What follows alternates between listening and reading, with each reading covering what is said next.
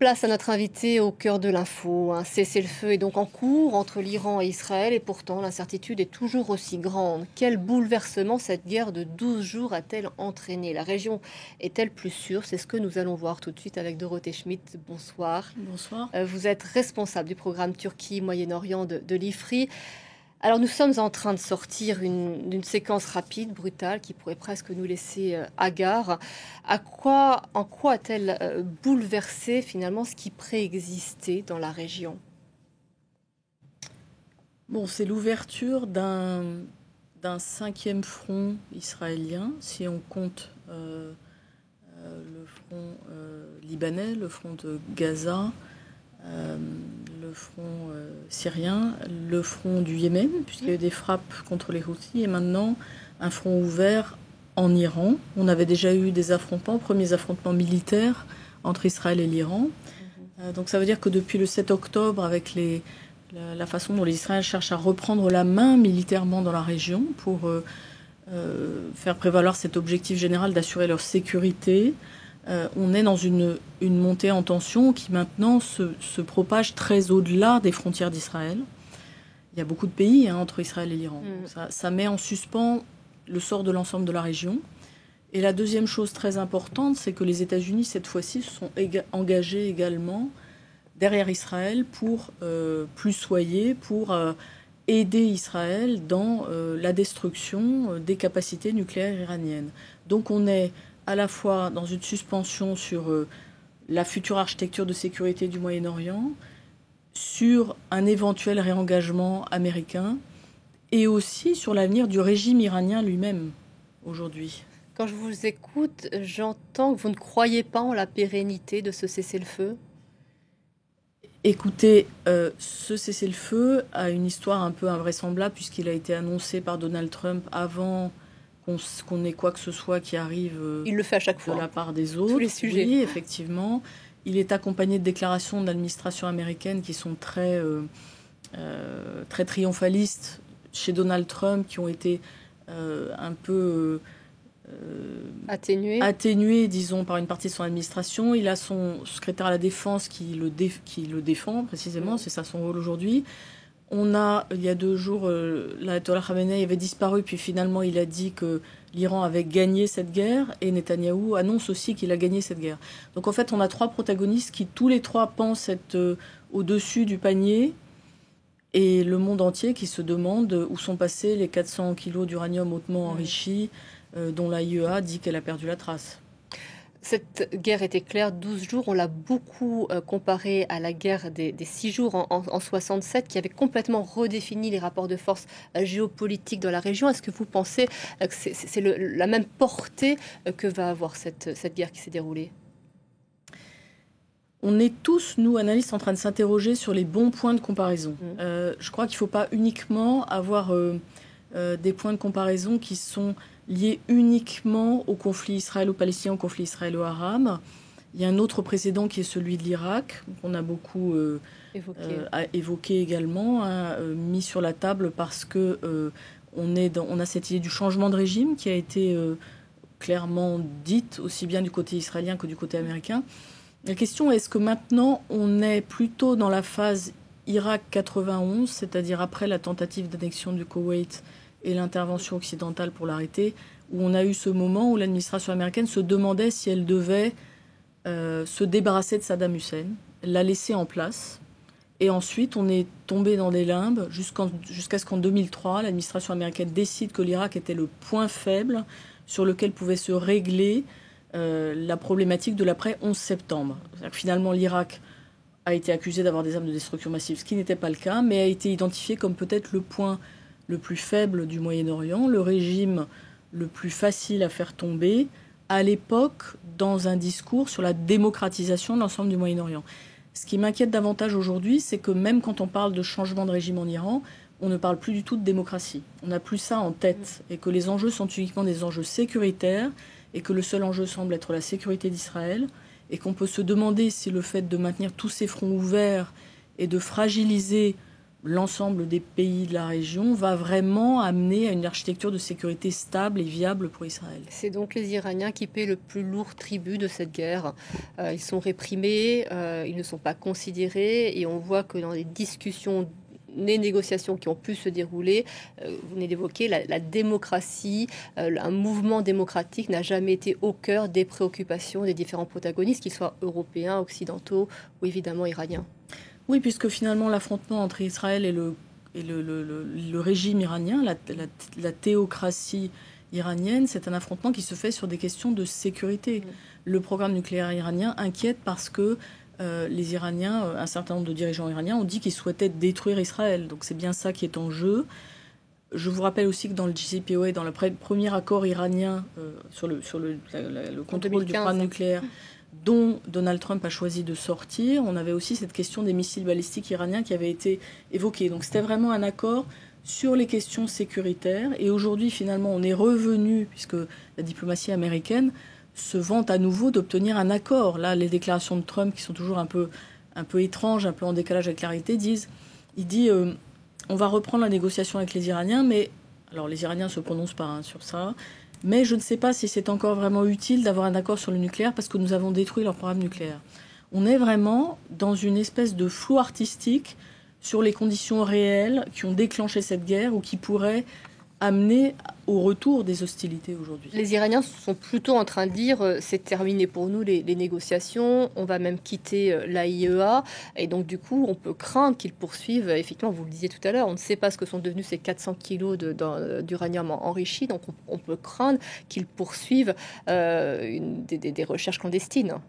Oui, évidemment, c'est la grande crainte aujourd'hui, c'est que l'AIEA, donc l'agence qui est chargée de surveiller la non-prolifération nucléaire, avait déclaré il y a quelques mois qu'elle avait des traces d'activités illégales de l'Iran qui jusqu'à présent étaient toujours restées dans les clous, dans ce qu'on lui demandait en termes d'enrichissement. Et ça a amené à une vraie controverse sur la pertinence des activités de l'AIEA. Alors d'abord, est-ce qu'elle est efficace comme contrôleur des activités iraniennes? Et du côté de l'Iran, l'idée que l'AIEA est partisane. Et donc aujourd'hui, après ces frappes, les Iraniens disent qu'ils veulent quitter l'AIEA. Ce qui amène à une interrogation sur le traité de non-prolifération nucléaire. Est-ce que effectivement les Iraniens qui étaient signataires de ce traité en 1970 vont le quitter? Est-ce que ça va donner des idées à d'autres pays? Est-ce qu'on va vers une prolifération nucléaire dans la région, qui est évidemment tout le contraire de ce qui était souhaité avec cette fameuse opération militaire sur les sites iraniens? Et on peut se demander de toute façon à quoi cela sert-il de discuter avec un régime, une théocratie qui de toute façon, d'après ce que l'on voit, puisque l'enrichissement se poursuivait, ne tient pas ses engagements. Alors ça sert à quelque chose qui est qu'en réalité, ce qui fonctionne, c'est l'équilibre de la terreur. Donc en fait, l'idée était que l'Iran était depuis très longtemps un état du seuil, ce qu'on appelle un état du seuil, c'est-à-dire qu'il n'avait pas la bombe mais qu'il était capable de la produire, mais que c'était suffisant en termes de dissuasion pour lui d'être un état du seuil. Les plus optimistes, entre guillemets, dans cette situation qui est quand même absolument effarante, parce qu'on parle d'une possibilité d'apocalypse quand même, là, en ce moment, les plus optimistes vous diront que à partir du moment où l'Inde et le Pakistan ont eu tous les deux la bombe, ça a amené à une forme de déconfliction et à une responsabilisation des diplomaties des deux pays dans leur face-à-face. Donc finalement, c'était sur ça que tenait sur un fil la sécurité d'Israël jusqu'à présent. C'était l'Iran, puissance empêchée, parce que c'est un gros pays, c'est un pays qui a des grosses ressources naturelles, mais qui est sous sanction, qui est un pays qui a été rendu pays paria par la communauté internationale, pays dont on empêche le développement du programme nucléaire, continue un peu à le développer, mais jamais en ayant vraiment la bombe. Aujourd'hui, il y a un autre sujet qui est sur la table, c'est que Israël a la bombe. Israël n'a jamais admis officiellement avoir la bombe. Et pour la première fois, la possession de l'arme nucléaire par les Israéliens va entrer en débat sur la scène régionale et internationale. C'est vrai qu'Israël a démontré ses capacités militaires au cours de ces 12 jours, ses capacités de renseignement, bien évidemment, mais on a vu aussi les limites de l'État hébreu. On a vu que l'Iran était capable de frapper, de détruire, de perturber cette société israélienne qui se semblait invincible, et c'est vrai qu'il y a une menace là que les Israéliens découvrent peut-être aujourd'hui. Alors je ne crois pas du tout que la société israélienne se croit invincible, je pense qu'au contraire, elle se pense hyper vulnérable, et c'est pour ça qu'elle a cette réaction qu'on peut qualifier d'extrêmement agressive à l'égard de ses voisins et à l'égard de l'Iran. C'est au contraire pour essayer de restaurer une forme de protection. Et pour ça, évidemment, l'alliance avec les États-Unis est extrêmement importante. Et aujourd'hui, on a quand même pas mal de friture sur la ligne entre Benjamin Netanyahou et Donald Trump. Il y a vraiment une imprévisibilité de Trump qui est très forte. Certains disent qu'il en veut à Netanyahou qui avait admis trop vite que Joe Biden avait gagné les élections après la fin du premier mandat de Trump. Quoi qu'il en soit, l'hyper-personnalisation des rapports entre ces deux personnages n'est pas extrêmement rassurante pour l'avenir. Donc effectivement, les Israéliens essaient de se rassurer en restaurant leur sécurité par l'affirmation d'une toute puissance militaire dans la région. Mais ce ne sont pas les seuls acteurs militaires de la région. Il y a d'autres acteurs. L'Iran n'est pas non plus le seul autre acteur dans la région. Et c'est ça qui peut nous inquiéter, c'est qu'on a une course aux armements dans la région qui est très importante depuis très longtemps et qu'à mon sens, on peut sortir de ce dilemme sécuritaire qu'en rétablissant un vrai dialogue politique. Il faut qu'Israël parvienne à faire la paix avec ses voisins avec lesquels elle n'a pas encore fait la paix. D'autant plus qu'il y a un cadre qui était prévu avant cette intervention israélienne. Il y a des choses qui se mettaient en place. C'était insuffisant pour Israël, selon vous. C'est pour ça qu'il y a eu ce besoin d'aller militairement taper sur ces sites nucléaires iraniens. Israël a démontré aussi que sans les États-Unis, il ne pouvait pas terminer le travail. Ils avaient vraiment besoin de cette association. Il y avait une dépendance très forte, en fait, avec les États-Unis. Oui. Alors cette dépendance, elle est moins visible parce qu'effectivement, dans la hiérarchie des discours de victoire au Moyen-Orient, clairement, c'est aujourd'hui Benjamin Netanyahou qui est le plus exalté. Le sentiment que lui, il joue aussi, on le sait, sa survie en interne en Israël. Certains analystes considèrent qu'il n'a pas forcément gagné davantage de soutien en Israël parce que finalement, il est extrêmement clivant et que donc ceux qui pensent qu'il a raison continuent de penser qu'il a raison et inversement. Donc, mais c'est le maître vraiment des coalitions un peu baroques en Israël et c'est aujourd'hui au pouvoir une coalition qui est assez extrême. Donc ça nous ramène aussi à la question des territoires palestiniens, bien entendu.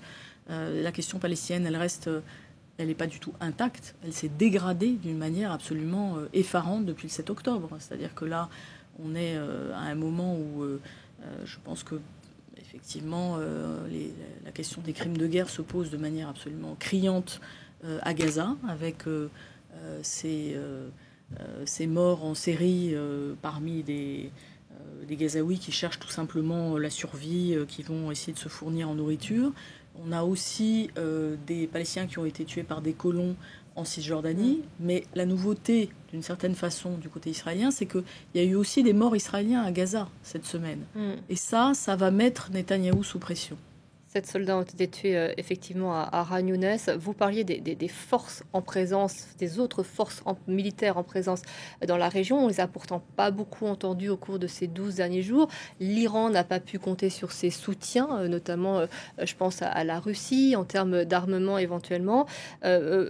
Quelle est leur position? C'est un wait and see, on patiente, on arrête, on observe ce qui est en train de se dérouler. Il y a une peur de la surenchère aussi pour tous ces pays limitrophes. Ce qui est devenu très clair avec cette guerre, labellisée guerre des 12 jours, effectivement aussi pour fermer la séquence. C'est vraiment... Même si on le disait, elle n'est pas fermée, on n'en sait rien. Exactement. Voilà. Donc on parle de cette première séquence. C'est un peu tôt pour le moment. Cette guerre, cette poussée de tensions militaires, elle a montré que le régime iranien a très peu d'amis. L'Iran, en revanche, comme pays, reste une puissance régionale. C'est un gros pays, c'est un pays qui a des voisins importants, c'est un pays qui commerce beaucoup avec la Chine aussi, c'est un pays qui venait de signer un accord stratégique avec la Russie. Donc ça nous amène potentiellement dans cette arène extrêmement conflictuelle, d'autres protagonistes qui, effectivement, ont été assez muets. Mais le plus étonnant était peut-être à la fois l'attitude des pays arabes, ceux qui ont fait la paix avec Israël, notamment la Jordanie. Il y a survol de l'espace aérien de plusieurs pays arabes pour aller frapper l'Iran.